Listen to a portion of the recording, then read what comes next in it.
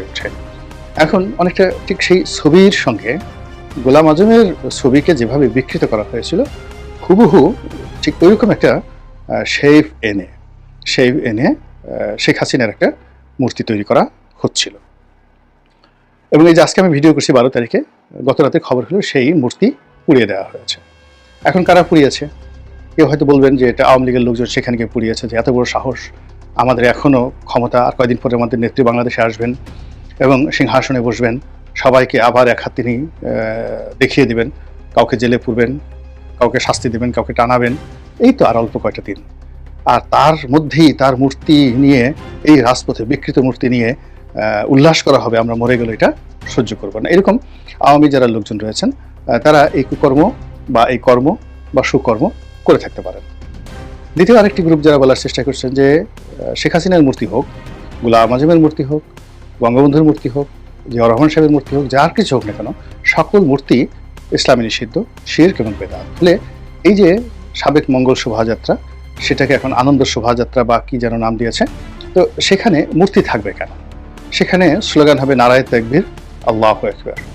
তারপরে সেখানে স্লোগান হবে আহলান ওয়া শাহলান, যে স্লোগান স্বাগতম স্বাগতম, নওরোজ মানে নববর্ষ, আহলান শাহলান, আহলান ওয়া শাহলান ইয়া নওরোজ, বাংলা নববর্ষ, বাংলা নওরোজ।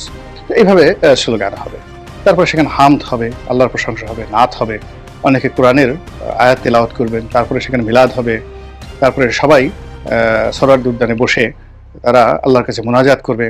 মোনাজাত করার পরে তারা বলবে যে হে আল্লাহ, আগামী বছরটি যেন অনেক সুন্দর সুন্দর ভাবে আমাদের কাটে, কোনো বন্যা, কোনো ঝড়, কোনো বৃষ্টি যেন না আসে, তোমার রহমত চাই, তোমার বরকত চাই।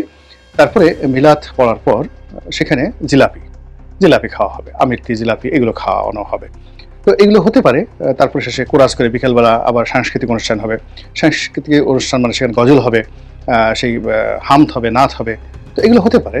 এগুলো নিয়ে যাকে বলে ইসলামিস্ট যারা রয়েছেন, তাদের চিন্তা ভাবনা আপনি ফেলে দিতে পারবেন না। কিন্তু তা না করে বাসন্তী রঙের শাড়ি পরে, তারপরে নারীরা উন্মুক্ত বক্ষ নিয়ে, পুরুষেরা সেই সেখানে নারীদের একেবারে গায়ের সঙ্গে গা ঘেঁষে মিশে তারা সেখানে এক ধরনের উন্মাদনা নিয়ে লম্ফ দিবেন, ঝম্প দিবেন, এটা তো তৌহিদি জনতা মানতে পারে না।